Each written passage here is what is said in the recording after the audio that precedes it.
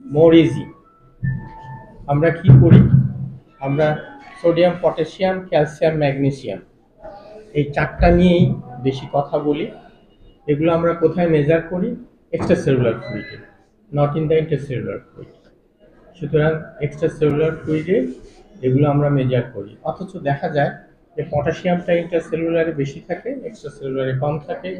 সোডিয়ামটা বাইরে বেশি থাকে, ভেতরে কম থাকে। ক্যালসিয়াম, ম্যাগনেসিয়াম, এইখানে একটা জিনিস আমরা অনেক সময় ভুল করি, সেটা হচ্ছে ক্যালসিয়াম রিপ্লেসমেন্ট অথবা ক্যালসিয়ামকে যখন আমরা রিপেয়ার করতে যাই অথবা এটাকে সাবস্টিটিউট দিতে যাই, তখন কিন্তু একটা জিনিস খেয়াল রাখতে হবে, ক্যালসিয়াম এবং ম্যাগনেসিয়াম একই চ্যানেলে যাতায়াত করে। তো সুতরাং ম্যাগনেসিয়াম না দিয়ে ক্যালসিয়াম কিন্তু ঠিক করা বেশ কঠিন, এটাতে আমরা ফেল করব। এখন আমরা কি করি? সবার আগে জানতে হবে, লেভেলগুলো মনে রাখতে হবে। যেমন sodium 135 145 milli equivalent per litre, potassium 3.5 to 5.5 milli equivalent per litre, calcium 9 to 11 milligram per deciliter, and phosphate 5 to 7। এরকম আর কিছু প্যারামিটার্স মনে রাখতে হবে। এবং আমি যদি দেখি যে আমার সোডিয়ামটা 135-এর নিচে নেমে গেছে, তখন আমরা এটাকে বলি হাইপোন্যাট্রেমিয়া। এবং এটা যদি 120-এর নিচে নেমে যায়, তখন কিন্তু সিমটম শুরু হয়ে যায়। সুতরাং এটাকে কারেক্ট করতে হবে। আজকাল আমরা ওরালি সল্ট দিয়ে থাকি। এছাড়াও একটা জিনিস কিন্তু এখানে বলা হয়েছে যে অ্যাকিউট কেসগুলোতে আমরা যদি তাড়াতাড়ি কারেক্ট করতে পারি ইচ্ছা করলে, কিন্তু usually it is to be corrected slowly. 48 hours হয়ে গেলে এটাকে আমরা ক্রনিক বলতেছি, এবং সেই ক্ষেত্রে এটাকে আস্তে আস্তে কারেকশন করাটা বেটার। কারণ কি, হাইপারন্যাট্রিমিয়া হয়ে গেলে সেলগুলো সিনক্রেজ হয়ে যাচ্ছে। আমি যত তাড়াতাড়ি এটাকে কারেকশন করতে যাব, এটা সলিড হয়ে যাবে, উল্টা সমস্যা তৈরি করবে। সেরকম হাইপোন্যাট্রিমিয়া যদি হয়, অর্থাৎ সোডিয়াম লেভেল কমে গেল, তখন আমরা ওরালি দিয়ে যতক্ষণ পারা যায় সেটা চেষ্টা করি। কিন্তু আইসিইউ পেশেন্ট তো এমনিতেই moribund patient, they are very sick, critically ill. তখন তাদেরকে এই কতগুলো ফর্মুলার মাধ্যমে হিসাব করে ওই পরিমাণ দিতে হয়। দ্যাটস ওয়াই আপনারা যখন দেখেন যে এতগুলো ইনফিউশন পাম্প, এতগুলো সিরিঞ্জ পাম্প কেন ইউজ হচ্ছে, because of all this ingredients to be given simultaneously. এতগুলো ওষুধ একসঙ্গে দেওয়ার জন্য এবং মেজার্ড ওয়েতে দেওয়ার জন্য এতগুলো সিরিঞ্জ পাম্প, ইনফিউশন পাম্প ব্যবহার করা হয় একটা পেশেন্টকে। দেখে খানিকটা ভয় লাগবে, কিন্তু এটা নিডেড। আরেকটা জিনিস যেটা, সেটা হচ্ছে হাইপোন্যাট্রেমিয়া, হাইপারন্যাট্রেমিয়া। হাইপারন্যাট্রেমিয়া বাচ্চাদের আমরা বেশি পাই, কনসেন্ট্রেটেড ওআরএস খাওয়ায় দেয়। মা কি করে, তার ইচ্ছা অনুযায়ী এটাকে ডাইলিউট করে, অল্প একটু পানি দেয়, অল্প একটু ওআরএস দেয়, দিয়ে তার ইচ্ছা অনুযায়ী করে, এবং সেই ক্ষেত্রে এই প্রবলেমটা বেশি হয়।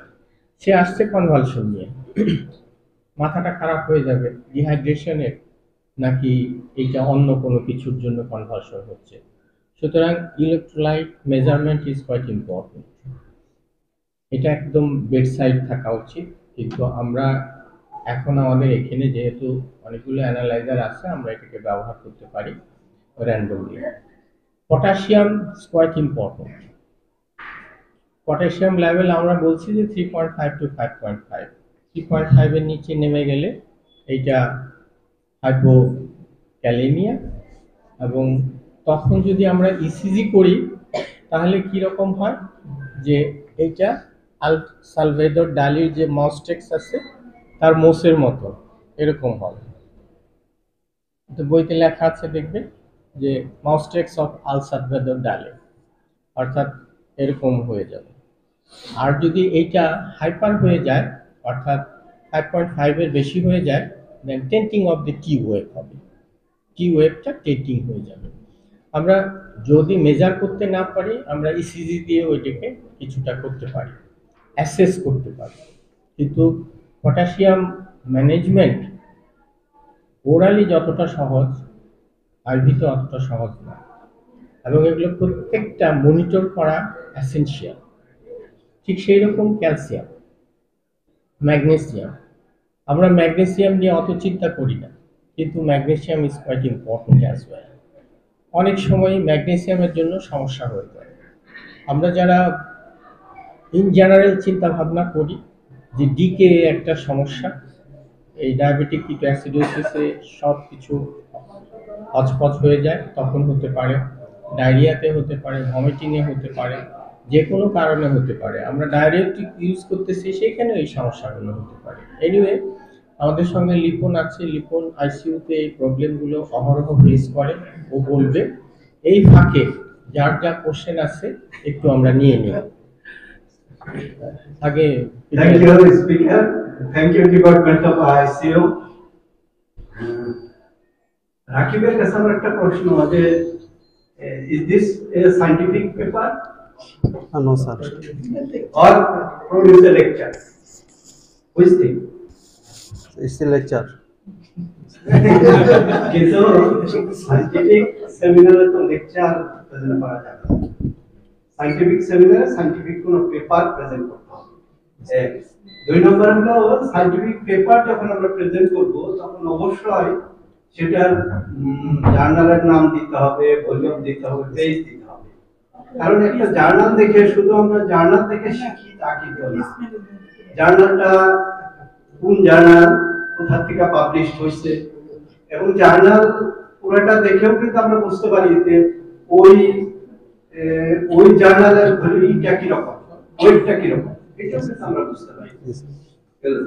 তারপরে যে কোনো একটা সায়েন্টিফিক প্রেজেন্টেশন, তার কনক্লুশন থাকতে হবে, তার রিকমেন্ডেশন থাকতে হবে। আর একটা ইম্পর্টেন্ট টপিক আমার যেটা মনে হয়েছিল যে ইলেকট্রোলাইট ইমব্যালেন্স আমরা আইসিইউতে কি কি হয়, কমন কি কি হয়, সেগুলো আমরা একটু জানতে পারবো এবং সেগুলোর ম্যানেজমেন্ট জানতে পারবো। কিন্তু একটা কোয়াজুলজি যদি লাইন ধরে 10টা 20টা হয় ওটা মনে থাকবে না, কিন্তু 3-4টা হলে কিন্তু মনে থাকবে। কাজে এবং কমন গুলো, সবচেয়ে কমন গুলো যদি আগে আসে তাহলে আরো ভালো হয়। Anyway, Professor Lokman has raised a very pertinent question. এটা বেসিক্যালি যদি সিনারিও দিয়ে আসতো তাহলে বোধহয় মনে থাকতো বেশি। যে 2-3-4টা কেস দিয়ে, যেহেতু অহরহ ওরা এই কেসগুলো পাচ্ছে, সেটা দিয়ে হলে আরো ইজি হতো এবং এটা আরো প্যালাটেবল হতো। তা নাহলে পরে এইভাবে আমরা বইতেও দেখি কিন্তু মনে থাকে না। সেই জন্যই আমি এটাকে সামারাইজ করার চেষ্টা করতেছি। Please. Thank you, Department of ICU, for presenting important topics. The question is যে এখানে এটা কি সায়েন্টিফিক পেপার কিনা, এটা মিটিংটা scientific meeting, clinical meeting. Exactly scientific paper বলতে যাবো সেটা না, তবে এটা একটা informative presentation. Definitely informative presentation আমাদের জন্য একটা খুব উপকারী এবং খুব সুন্দর করে প্রেজেন্ট করছে, তার প্রিপারেশন ভালো ছিল। তো এখানে ওই একটা কথা কিছুদিন যাবত আমি ফ্রিকুয়েন্টলি আস্ক কোশ্চেন যেটাকে বলা হয়, symposium, seminar, conference, scientific paper, clinical club, এগুলো কি, এটা আমার মাথায় হিট করতেছিল। আমি একটা পেপার তৈরি করে ফেলছি, লেকচার তৈরি করে ফেলছি। এটা এমনি বলা সম্ভব না, প্রেজেন্ট করতে হবে, এটার জন্য একটা সেমিনার দরকার। আমি ইন জেনারেল একটা ওই লেকচার তৈরি করছি, সেটা আমার ওয়েবসাইটে এখন টপ পেজে আছে। আমি তার ওয়েবসাইটে রেফার করি, আমি তবে আছে এটা ডিফারেন্ট টাইপস অফ অ্যাসেম্বলি। এটা কিছুক্ষণ আগে আমাদের প্রফেসর আমির হোসেন সুন্দর হয়েছে। আমি বলছি এটার উত্তর আমরা ওয়েবসাইটে যাব স্যার, এই তো সমালোচনা করতে বলছি আর আমাকে পরামর্শ দিতে বলছি যে না আমি সুন্দর করে প্রেজেন্ট করতে পারি, এখানেই হোক বা অন্য জায়গায় হোক। Anyway, thank you very much. এটা সাথে আমি এক কথায় বলি, এটাকে আমরা সায়েন্টিফিক সেশন বলতে পারি, নট সেমিনার। এনিওয়ে, এইটা বড় ব্যাপার না। আমরা কিছু জানছি, শিখছি, কিছু ইনফরমেশন পাইছি, সেটা important. And he has done it with much pain, সেটা তাকে অ্যাপ্রিশিয়েট করা উচিত। প্লিজ প্রফেসর সাহেবা। ফাইল ইনফরমেশন, কিন্তু আমার মনে হয় শুধু সোডিয়াম, শুধু পটাশিয়াম একটা বললে আমাদের মাথায় ঢুকতে বেশি, মানে অনেক বেশি ঢুকে গেছে।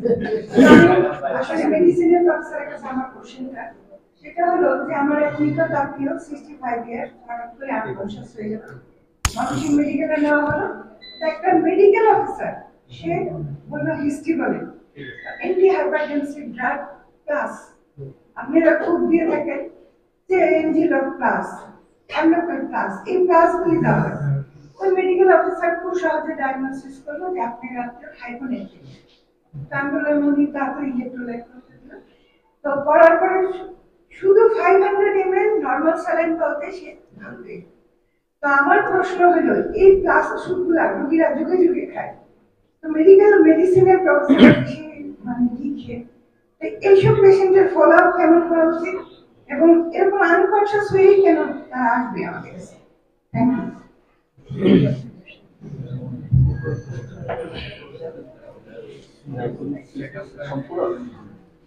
Madam thank you very much. এটা খুবই কমন একটা ফেনোমেনা এবং common clinical scenario in medicine. প্লাসের যে জিনিসটা থাকে সেটা আসলে হাইড্রোক্লোরোথায়োনাইড। তো এই জিনিসটা পপুলার হয়েছে খুব বেশি দিন না। এটা হলো জেএনসি 7 যখন রিপোর্টটা করে, জেএনসি 7 ওয়াজ এ ভেরি বিগ রিপোর্ট এবং multi disciplinary committee should have involving patients, lawyers, others besides specialists of different disciplines. A JNC7 sort of worldwide for the simplified management of hypertension and aware building এর জন্য খুব জনপ্রিয় হয়। তখন থেকে হাইড্রোক্লোরোথায়োনাইড কে বলা হয় যে is particularly effective for isolated systolic hypertension and for the elderly people. এখন এই হাইড্রোক্লোরোথায়োনাইডের একটা বিশেষ সাইড ইফেক্ট হলো হাইপোনেট্রিমিয়া করা। এখন নন মেটাবলিক হাইড্রোক্লোরোথায়োনাইড বিশেষ করে রেকমেন্ড করি, যেমন ইন্ডাপামা আছে। বাট আমাদের যে হাইড্রোক্লোরোথায়োনাইড গুলো আছে প্লাসের সাথে, এগুলো কিন্তু আসলে নন মেটাবলিক না। নন মেটাবলিক বলতে বোঝায় যে যারা ইলেকট্রোলাইটস এর উপরে তেমন কোনো ইফেক্ট করবে না। এই প্লাস গুলোতে আসলে এই জিনিসটা আছে। আর ইন্ডাপামার যেটা অরিজিনেটর ব্র্যান্ড, সেই অরিজিনেটর ব্র্যান্ডে কিন্তু হাইপোনেট্রিমিয়া কম হয়, কিন্তু যেটা রেপ্লিকা সেগুলোতে হাইপোনেট্রিমিয়া খুব কমন। এই জন্য হাইড্রোক্লোরোথায়োনাইড আমাদের দেওয়া লাগে, কিন্তু খুব র্যান্ডমলি দেওয়ার আগে কষাস হওয়া উচিত এবং যদি তাদের হাইপোনেট্রিমিয়া এপিসোড হয় সেই ক্ষেত্রে ওমিট করাটাই বেটার। তো এখন এদের ফলো আপটা হওয়া উচিত যে প্রথম কথা হলো যে এই ধরনের এপিসোড হয়ে গেলে সেটাকে বাদ দিতে হবে। আদার মডালিটিস অফ ট্রিটমেন্ট আমাকে সার্চ করতে হবে, নাম্বার 1। নাম্বার 2 হলো পেশেন্টকে এইটা অ্যাওয়্যার করে দিতে হবে যে তুমি খেয়াল রাখবা তোমার ইরিটেবিলিটি হয় কিনা, অ্যানোরেক্সিয়া হয় কিনা, নৌসিয়া হয় কিনা, কোনো কিছু ফরগেটেবল হয় কিনা। এগুলো হলো একদম ইনিশিয়াল সিম্পটম অফ হাইপোনেট্রিমিয়া। যেমন আমাদের ক্রনিক অনেক পেশেন্ট আছে, এই পেশেন্টগুলোকে আমরা বলেই দিই যে আপনি যদি একটু ইরিটেবিলিটি হয়, অ্যানোরেক্সিয়া হয়, খারাপ লাগে, ওসে লাগে, প্লিজ ডু ইলেকট্রোলাইটস, এভাবে বলে দিই। এবং অনেক ক্রনিক পেশেন্টকে সবসময় সোডিয়াম খাওয়াতে হয়, মাসের পর মাস, বছরের পর বছর। এটা সো অ্যাওয়ারনেসের মধ্যে এটাই মোস্ট ইম্পর্টেন্ট, যে তাকে এই সিম্পটমটা শিখিয়ে দেওয়া যে কিভাবে আর্লি ডিটেকশন করা যাবে বিফোর গোয়িং আনকনশাস। এটা একটা ডায়াবেটিস, হ্যাঁ, হাইড্রোক্লোরোথায়োনাইড ডায়াবেটিস। তো ডায়াবেটিস দিলেই আমরা যদি এটা ফুসেমাইড দিই বা অন্য কিছু দিই, একই কথা। ডায়াবেটিস দিলেই কিছু ইমব্যালেন্স, এবং এই ইমব্যালেন্সটা মাথায় রেখেই যদি পেশেন্ট খুব বেশি ভালো শিক্ষিত না হয়, তার যদি অ্যাওয়ারনেস কম থাকে, তাহলে এগুলো কোথায় অ্যাভয়েড করাই ভালো, কারণ সে তো গ্রামে থাকে, সে ওইখান থেকে নাও আসতে পারে। Anyway, if you do have any queries, please. Right, এটা দাও, আচ্ছা বলো, তোমারটা বলে নাও।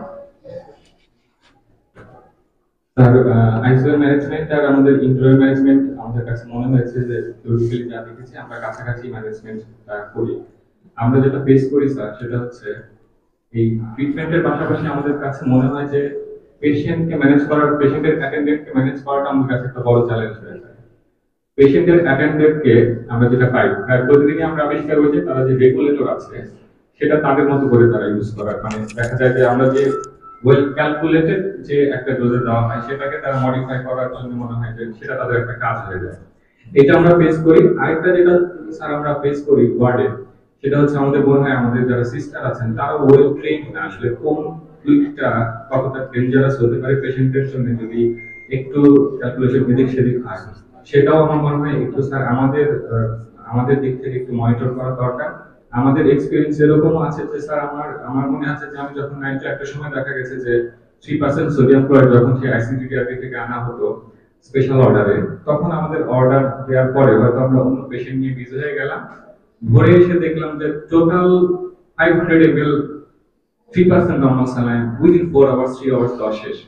তো এই টাইপের ঘটনা তো স্যার ঘটে। তো আমাদের মনে হয় যে আমাদের ম্যানেজমেন্ট শিক্ষার পাশাপাশি যারা এটাকে অ্যাপ্লাই করে তাদের উপরেও একটু ট্রেন করা যায় কিনা বা তাদেরকে একটু আপডেট করা যায়। মেডিসিন ওয়ার্ড আমরা এটা প্রায় পাই যে এক হচ্ছে যে তারা একটা তো হচ্ছে অ্যাটেন্ডেন্ট যারা এটা উল্টাপাল্টা করে তারা ভুলটা বাড়ায় কমায়, আর একটা হচ্ছে যেটা আমাদের যারা এটা সিস্টার যারা আছেন নার্স যারা আছেন তাদেরও মনে হয় এটা আরেকটু ট্রেন আপ করা দরকার কোন ফ্লুইডটা কতটুকু টপিক ধরে মনিটর করবে সেটা।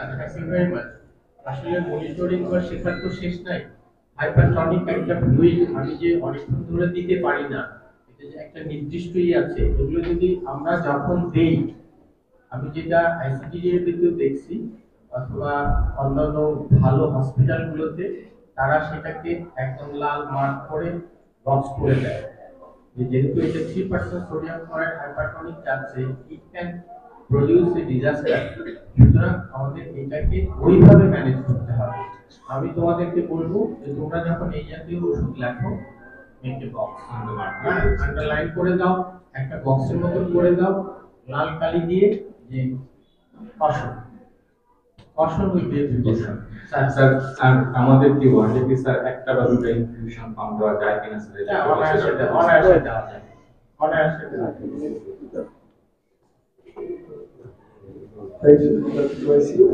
সবারই সমস্যা, আইসিইউর সমস্যা, মেডিসিনের সমস্যা, সার্জারির সমস্যা, সবার অ্যাপার্টমেন্টের সমস্যা, সবারই তো ইলেকট্রিক ইন্ডাস্ট্রি সবারই সমস্যা। আমার প্রশ্ন একটা জিনিস যে আমরা অনেক সময় ওয়ার্ডের আউটলে যাই, আমার ডাক্তার বলে স্যার এটা তো সিবিআর হাইপোরেক্টিভ আছে, 3% সোডিয়াম ক্লোরাইড দেওয়া আছে।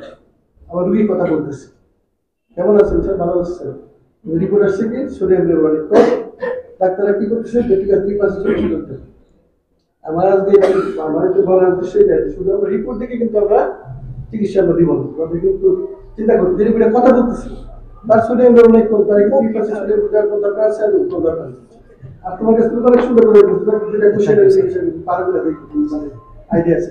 তুমি বলো তো what do you mean by pseudo hyporeactive and pseudo hyperkalemia, এই সম্বন্ধে কোনো ধারণা আছে কিনা?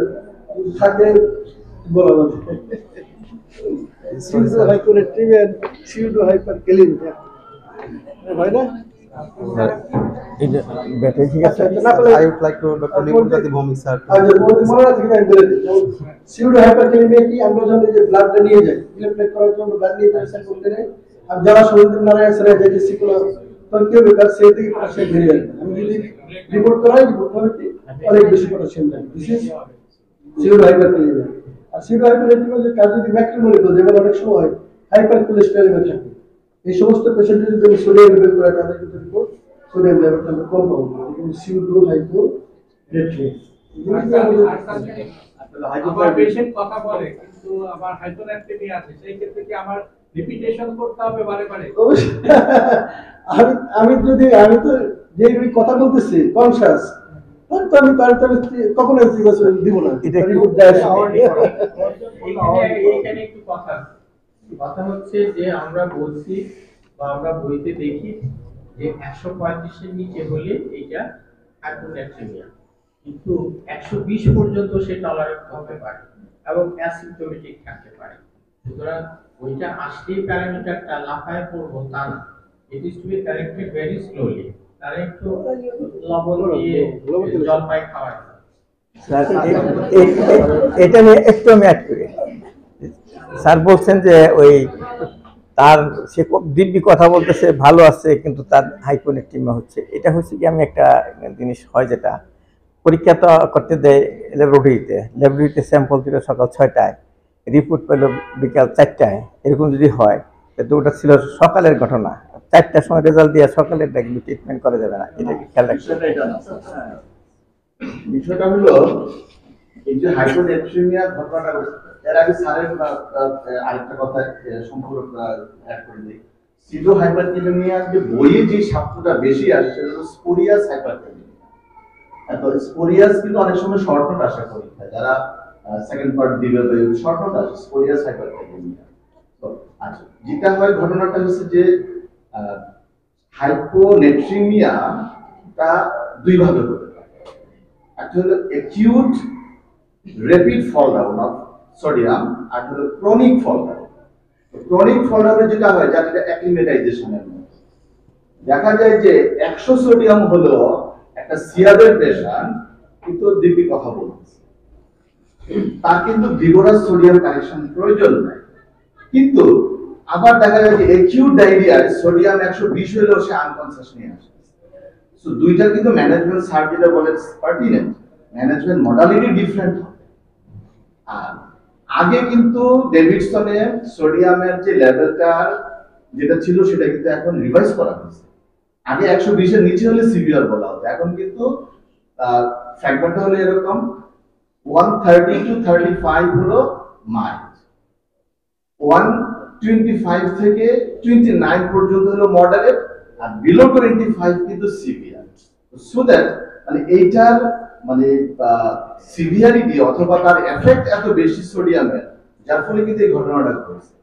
আর স্যার একটা আপনি ম্যাট্রনকে স্যার একটু ইনস্ট্রাকশন দিয়ে দেন, আমাদের যে নার্সগুলো আছে কারোর হাতে ঘড়ি নাই, এবং একটা সেকেন্ডের কাটা ছাড়া কিভাবে কাজ করবে একজন নার্স, একজন ডক্টর, এটা কিন্তু রিডিকুলাস। কারণ সেকেন্ডের কাটা অসম্ভব জরুরি, কারণ কেউ এই যে ড্রপটা ঘড়ি দেখিয়ে করে না, আন্দাজি, সব আন্দাজি। এটা বলতে আবার মোবাইল দেখে মোবাইলই তো মোবাইল টাইম আছে, হচ্ছে যে মোবাইল টাইম আছে। hyponatremia, যদি কোনো পেশেন্টের হাইপোনেট্রিমিয়া থাকে এবং সেটা যদি অ্যাসিম্পটোমেটিক থাকে এবং সেটা severe hyponatremia going to asymptomatic, তাহলে আমরা সেই পেশেন্টকে 3% সোডিয়াম ক্লোরাইড দেই না যতক্ষণ তার নিউরোলজিক্যাল ম্যানিফেস্টেশন না থাকে। এই পেশেন্টের অনেক কারণে হাইপোনেট্রিমিয়া থাকতে পারে, কিন্তু যদি নিউরোলজিক্যাল ম্যানিফেস্টেশন না থাকে আমরা কোনো পেশেন্টকে 3% সোডিয়াম ক্লোরাইড দেই। একটা severe hyponatremia patient severely dehydration আছে, সেই পেশেন্টকে আমরা কখনোই 3% সোডিয়াম ক্লোরাইড দেই না। He should be corrected with normal dose. যদি কোনো পেশেন্টের আরেকটা কথা মনে রাখতে হবে যে 3% sodium chloride is a poison, mind it, potassium is a poison. এটা কিন্তু মনে হয় ওষুধ কিন্তু ইজ এ পয়জন। একটা পেশেন্ট যদি আসে অ্যাকিউট ওয়াটারি ডায়রিয়া ভমিটিং, এই পেশেন্টের যদি হাইপোনেট্রিমিয়া থাকে, he should be corrected with normal dose. যদি সেটার সোডিয়াম লেভেল 100 থাকে, তারপর পেশেন্টকে ডিহাইড্রেশন কারেকশন করতে হবে। ডিহাইড্রেশন কারেকশন করার জন্য আমরা নরমাল স্যালাইন ব্যবহার করব। এই জায়গায় আমার একটা আপত্তি আছে, আমরা এটাকে কলেরা স্যালাইন দিয়ে বেশি চেষ্টা করি, তার কারণ হচ্ছে ইন অ্যাসোসিয়েশন উইথ সোডিয়াম সেখানে পটাশিয়ামের একটা সমস্যা আছে এবং ক্লোরাইডের একটা সমস্যা আছে, সেই জন্য আমরা প্রিফার করি এটাকে ডায়াসল দেই, ক্লোরাইড দেই, যাই দেই, কলেরা স্যালাইনটাকে প্রিফার করি। ডায়রিয়াতে কিন্তু একটা কথা বলা আছে ডেভিডসনে ক্লিয়ার কাট, যে if there is no hypokalemia the choice of fluid is normal. আমি জাস্ট একটা অভিজ্ঞতা শেয়ার করছিলাম। আমার আম্মা যিনি মারা গেছেন, মারা যাওয়ার 1 বছর আগে ওনার হঠাৎ করে ডায়রিয়া হলো। ডায়রিয়া হওয়ার পরে she became unconscious হওয়ার পরে তারপরে ইলেক্ট্রোলাইট করে দেখা গেল তার sodium is 126. So after giving the cholera saline, she become conscious within 2 hours. So একটা কথা মনে রাখতে হবে, এলডারলি পেশেন্টের কোনো কারণে যদি আনকনশিয়াস হয়ে যায়, আমরা সবসময় স্ট্রোক চিন্তা করি বা সিপিএ চিন্তা করি, আমিও তাই চিন্তা করেছিলাম। কিন্তু সাথে ডায়রিয়ার হিস্ট্রি ছিল দেখে আমি একটা ইলেক্ট্রোলাইট করতে দিলাম এবং সেই সাথে প্রথমে তো নরমাল সাইন স্টার্ট করেছিলাম, পরে বেশি ডায়রিয়া হচ্ছে দেখে কলেরা স্যালাইন স্টার্ট করেছিলাম। কিন্তু যখন রিপোর্টটা আসার মাঝেই she gained consciousness. Then I shifted her to the private hospital. Thank you. Acute watery ডায়রিয়ার ক্ষেত্রে যে ঘটনা ঘটে অনেক সময় একেআই ডেভেলপ করে, এই পেশেন্টের হাইপারক্যালেমিয়া ডেভেলপ করে, যে কারণে আমরা ইনিশিয়াল স্টেজে অ্যাভয়েড করি কলেরা স্যালাইন। আইসিইউ পেশেন্টের ক্ষেত্রে দেখা যায় একেআই পেশেন্ট ইলেক্ট্রোলাইট ইমব্যালেন্স, একেআই ডেভেলপ করে, যে কারণে আমরা কলেরা স্যালাইন অ্যাভয়েড করে ইউজুয়ালি শুরুতে নরমাল স্যালাইন ব্যবহার করি। সেই ইনফরমেশন যে আমরা দুটা জিনিস মাথায় রাখবো পুরোটিতে, সেটা হলো যে হার্টম্যান সলিউশন যখন চয়েস করি বা রিনার্স ফ্যাক্টর যখন চয়েস করি, সেখানে পটাশিয়াম আছে 4 মিলি ইকুইভ্যালেন্ট ভ্যালু পার লিটার। কিন্তু যখন কলেরা স্যালাইন ইউজ করব তখন সেখানে পটাশিয়াম আছে 13 মিলি ইকুইভ্যালেন্ট পার লিটার। এই কথাটা যেন আমরা না ভুলে যাই। আর এইবার সাইন্টিফিক হয়ে গেছে। সেরাটোপ্লাস্টিক just hardly 1 hour, hardly 1 hour. তাহলে এটাও যেন ভুলে না যায় যে আমরা এটা একটা দেখি সাথে সাথে, যে শুধু না দিয়ে এটা দেখে আমি রিপ্লেস করি। Thank you. একটা পেশেন্ট যদি আমাদের হাইপারলেকটেমিয়া নিয়ে আসে, সেই পেশেন্টের যদি সাপোজ সোডিয়াম লেভেল থাকে 157 বা 160, তাহলে আমরা এই ক্যালকুলেশনটা দিয়ে আমরা ইজিলি বের করতে পারি যে তার সোডিয়াম কতটুকু ফ্লুইড দিতে হবে। যদি 160 মিলিমোল কারোর সোডিয়াম লেভেল থাকে, এই ক্যালকুলেশন এখানে বসালে এটা আসবে প্রায় 3 লিটারের মতো, 3 থেকে 3.5 লিটার। তাহলে আমরা এই ফ্লুইডটা কারেকশন করি উইদিন 48 আওয়ার্স। প্রথম আচ্ছা, আমরা 30 মিনিটস মোর এক্সিড করে গেছি। আচ্ছা, পটাশিয়ামের 0.4 হিসাবটা কি এর জন্য আসে? এটা পটাশিয়ামের যদি আমরা সহজ হিসাব করি আর কি, যে 1 মিলিমোল পটাশিয়াম যদি কারো ডেফিসিয়েন্সি থাকে, তাহলে আমার ধরে নিতে হবে 100 মিলিমোল কারেকশন করতে হবে। অর্থাৎ 2.5 যদি কারোর পটাশিয়াম লেভেল হয়, তাহলে আমার ধরতে হবে তার 5 স্যাম্পল পটাশিয়াম লাগবে, KT injection, potassium chloride injection লাগবে। ওইটাই হচ্ছে 0.4 টা কনস্ট্যান্ট। এটাতে যদি আমরা ওই ডেজার্ট লেভেল বসাই 2.5 3.5, তাহলে এটা 120 মিলিমোল আসবে। ওকে, আমরা 30 মিনিটস এক্সিড করে গেছি। একটা জিনিস স্যার, একটা জিনিস যেটা হচ্ছে যে আমরা যদি পটাশিয়ামের লেভেলের ক্ষেত্রে চিন্তা করি যে আমরা হাইপোক্যালেমিয়া কারেকশন করব, সেটা যদি অনেক বেশি ডেফিসিয়েন্সি হয়, আমি বললাম যে যদি 2.5 এর নিচে হয়, 2.5 পর্যন্ত তার 100 মিলিমোল পটাশিয়াম কারেকশন করতে হবে, মানে 5 এর ফুল কেটে দিতে হবে। আমাদের টার্গেট হচ্ছে, যদিও বইয়ের লেখা 24 আওয়ার্স, আমরা চেষ্টা করি যে 48 আওয়ার্স পর্যন্ত। ওরাল যে পটাশিয়াম সলিউশন আমরা ব্যবহার করি, পটাশিয়াম কেটি সিরাপ যেটা, সেটা এক চামচে থাকে হচ্ছে 500 মিলিগ্রাম, 5 ml এ 500 মিলিগ্রাম থাকে, আর মিলি ইকুইভ্যালেন্ট হচ্ছে 12.5 মিলি ইকুইভ্যালেন্ট এক চামচ। তা আমরা সাধারণত 2 চামচ করে দিনে 3 বার দিই, তাহলে একটাতে আমরা দিই হচ্ছে 25 মিলি ইকুইভ্যালেন্ট, অর্থাৎ সারা দিনে আমরা দিচ্ছি হচ্ছে 75 মিলি ইকুইভ্যালেন্ট। এটা হচ্ছে সিরাপের হিসাবটা। আর ট্যাবলেট সোডিয়াম ক্লোরাইড আমরা যেটা দিই, এটা 300 মিলিগ্রাম সোডিয়াম ক্লোরাইড ট্যাবলেটে থাকে হচ্ছে 13 মিলি ইকুইভ্যালেন্ট। আমরা যদি সারা দিনে 6টা দেই, তাহলে 78 মিলি ইকুইভ্যালেন্ট সোডিয়াম ক্লোরাইড। তাহলে আমরা যখন সোডিয়াম কারেকশন করি ওরালের পাশাপাশি, যখন আমরা ইনফিউশন দেই, এই ইনফিউশনের পাশাপাশি আমরা ওরালি কত কারেকশন করছি, যখন আমি 3% সোডিয়াম ক্লোরাইড দেই, তখন আমার ট্যাবলেটটা বন্ধ রাখাই ভালো। যখন আমি 3% সোডিয়াম ক্লোরাইড এবং ট্যাবলেট ওরাল সোডিয়াম ক্লোরাইড থেকে একসাথে না দেওয়া হয় বেটার, কারণ যখন 120 এর উপরে চলে যাবে সোডিয়াম, তারপরে আমরা সেটা ওরাল ফর্মে কারেকশন করব। এই আরেকটা জিনিস হচ্ছে যে যে কোনো পেশেন্টের 3% সোডিয়াম ক্লোরাইড দিয়ে আমরা কারেকশন করার ক্ষেত্রে সহজ একটা হিসাব করতে পারি, যে আমরা টার্গেট হচ্ছে আমাদের 0.5 মিলি ইকুইভ্যালেন্ট পার আওয়ার, প্রতি ঘন্টায়। যদি আমাদের কোনো পেশেন্টের ওজন 60 কেজি হয়, 60 ইনটু 0.5, 30 মিলি এমএল পার আওয়ার। যেহেতু ওয়ার্ডে নাই আমার, সিরিঞ্জ পাম্প বা ইনফিউশন পাম্প নাই, সেক্ষেত্রে আমরা 30 মাইক্রো, যত এমএল পার আওয়ার তত মাইক্রো ড্রপ পার মিনিট, অর্থাৎ বডি ওয়েটকে যদি 0.5 দিয়ে গুণ দিই, যে রেটটা আসবে সেই মাইক্রো ড্রপসে যদি আমরা দিই, তাহলে এই পেশেন্ট যেটা ক্যালকুলেটেড অ্যামাউন্ট, সেই ক্যালকুলেটেড অ্যামাউন্টেই আমরা এটা কারেকশন করতে পারবো। আরেকটা প্রশ্ন ছিল যে স্যারের, যে আমরা আসলে এই সেমিনারটা আমাদেরকে স্যার বলছিলেন অনেক আগে এটা প্রেজেন্ট করার, কিন্তু আমাদের তো বছরে একবারই সময় আসে। এখন আমরা ক্লিনিক্যাল কেসগুলো যেভাবে ডকুমেন্টেশন, এত হাইপোনেট্রেমিয়ার পেশেন্ট যে আমরা আসলে কেসগুলোর এইভাবে ডকুমেন্টেশন করতে পারি না। প্রতি বছর আমরা ডিসেম্বর মাসের এই সময়টাতে আমরা সেমিনার করি, এবং এই কারণে আমরা যে কাজটা করছি যে এটা পুরোটাই টেক্সট বুকের প্রত্যেকটা রেফারেন্স, এটা কোনো জায়গায় একটা ওয়ার্ডও নাই যেটা রেফারেন্স ছাড়া, সবগুলো আইসিইউ টেক্সট বুকের রেফারেন্স থেকে এটা নেওয়া হয়েছে। Thank you. জুনিয়র ডক্টরদের শুধু একটা কথাই মনে রাখতে হবে, ওভার কারেকশন অফ সোডিয়াম খুবই ডেঞ্জারাস এবং লাইফ লং ক্রিপলিং প্রবলেম তৈরি করবে, যেটা কন্টেন্ট ডিমাইলোমেসিস, এবং এই রোগী ভালো হওয়ার রোগীটা কিন্তু সারা জীবন পঙ্গু হয়ে গেল। তো ওভার কারেকশন যেন না করি। আমাদের next seminar will be organized by Department of Dental Surgery and thereafter Department of Anesthesia. Now may I request our chairperson to conclude the session, please. Thank you very much for your presence, and at the same time, thank you very much to Atik for nice presentation. We have taken lots of pain to prepare all these slides. Thank you to the ICU department for coming up with their presentation regularly. And obviously, interactive session is always enjoying. Again, thanking you all for your kind presence and participation.